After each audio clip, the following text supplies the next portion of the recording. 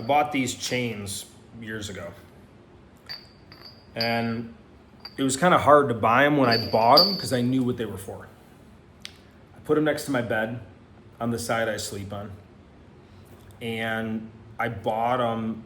I thought I only had one problem back then years ago. I went back to smoking weed every day, virtually, with a couple exceptions, for the first time in years. And I knew I was a slave. And so many modern day men are voluntary slaves. And we don't have literal physical shackles, right?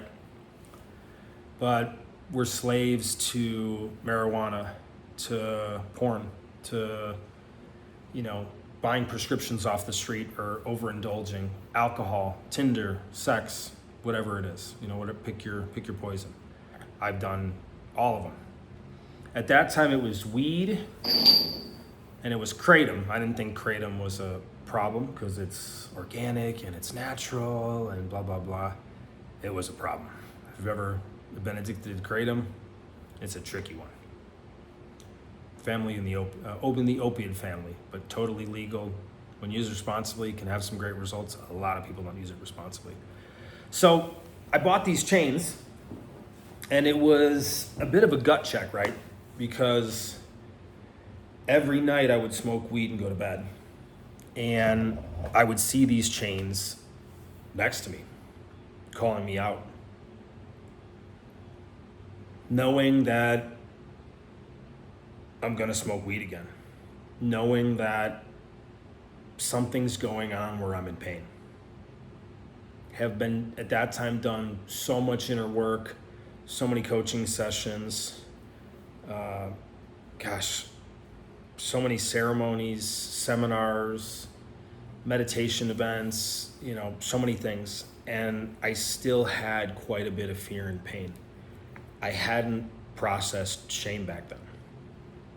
It was an emotion I actually didn't think I had.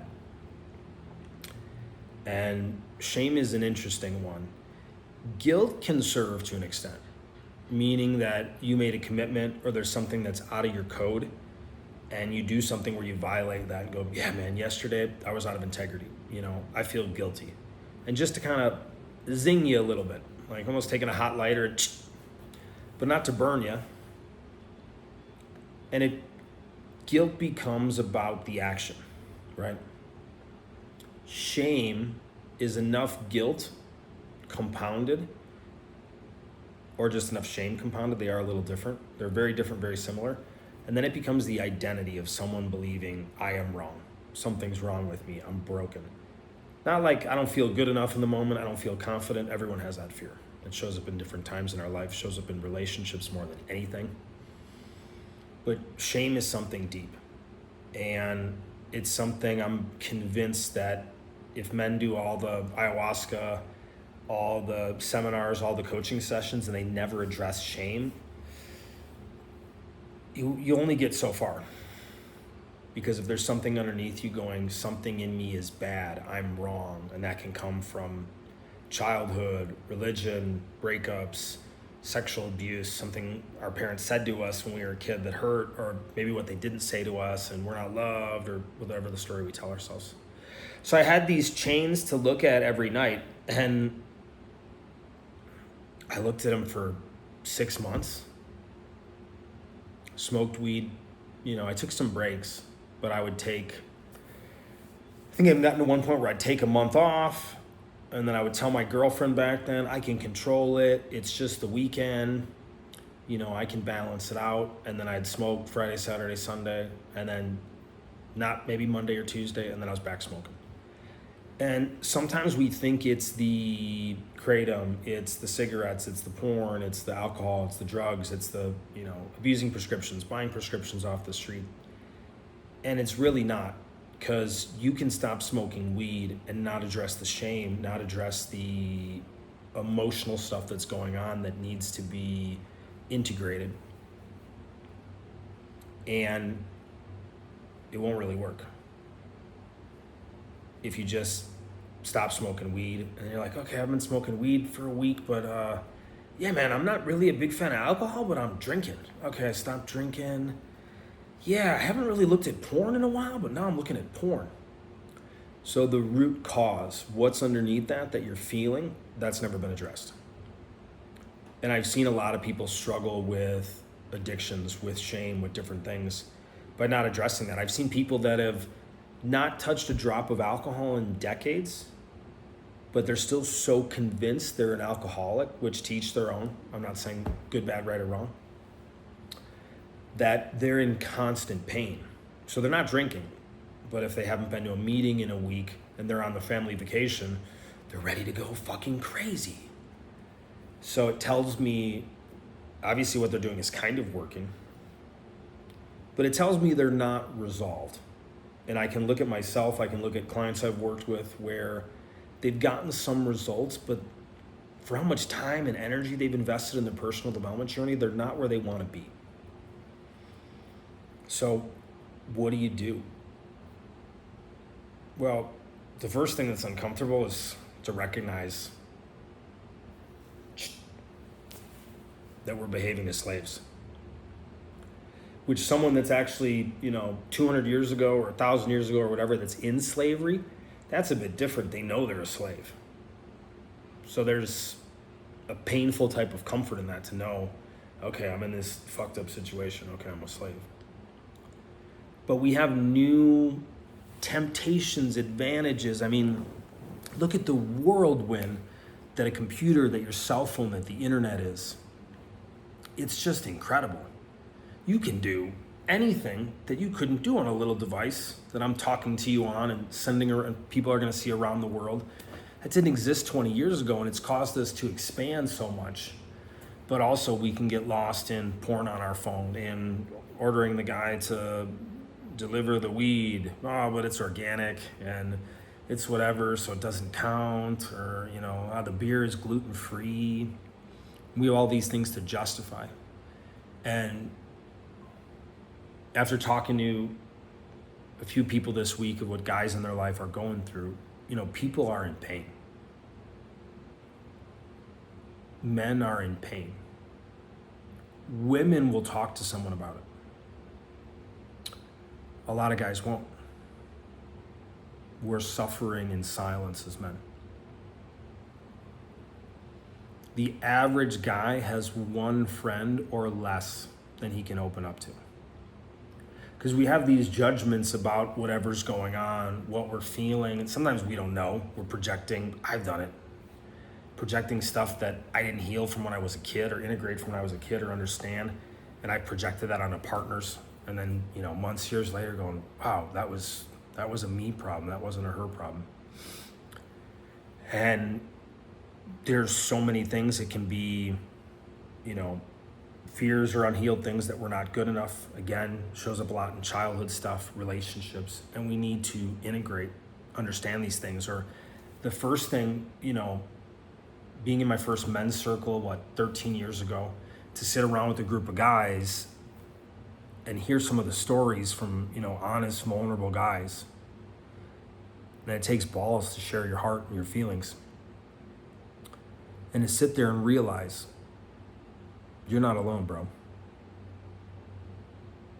When you see other guys sitting across from the room and they go, oh, fuck, I'm not so fucked up. I thought I was the only one. Yeah, you thought you're the only one because you didn't tell anyone. And it's not your fault you didn't know to tell anyone, right? It's not like you went to high school or 6th grade and they said, hey, here's the manual on understanding your thoughts, feelings, and emotions. And this is what we're going to be presenting today, how to navigate it as a woman, how to navigate it as a man, because it's fairly different. You didn't get that guidebook in school. I know I didn't. But I had to figure it out and discover it, which is a complicated process at time. So I started to get traction. And a lot of us as men go to the grave with so much pain inside of us. And if you look at suicide, if you look at violence, jail, addiction, these are predominantly male problems. That's another story, but what's interesting is you're seeing it show up in women more because they're taking on so much of the masculine provider role. So they're a single mom who's got to be mom and dad. So they need something just to release and let go. So that's take the pill, smoke the weed, drink the booze. But so many of us as guys are in voluntary slavery. And it can be uncomfortable to recognize that. Because that's kind of the bitch. You put the handcuffs on yourself. You put the shackles on, right? And ultimately, a men's group can help, a coach can help, plant medicine can help, seminar can help, many things can help, but you're ultimately the one who has to decide, I gotta do something. Even if I can't take them off today, I need help to take them off. And life's just so challenging when we're a slave. And like I said, it hurts even more in a different way, knowing that we're a slave, that we're choosing it. And it can show up in so many ways. It can be like, well, I don't like this job, but I need this job. Or worse yet, you're really rewarded and paid a ton for something you don't like, but you're good at. Oof, I say oof because that hurts, because you'll want to stay because of the money, but something inside you feels like it's rotting. And then it's got to numb out. How do I get away from this? I don't want to feel this. Okay, work sucks, but I make X, or I need this job. Wow, let me just smoke something and Netflix. Let me just pull up Pornhub and waste my energy. Most guys aren't masturbating, practicing semen retention. It's just losing my energy, smoking weed, eating gummy bears and pizza, trying to justify it. I feel like myself. And what if you could start to become truly free, financially free, mentally free, emotionally free? And that started with cutting out these vices. And I'm not saying you join some program and you quit everything the next day. It doesn't always work that way. But as men, we crave freedom, but paradoxically, in ways we've never been more enslaved.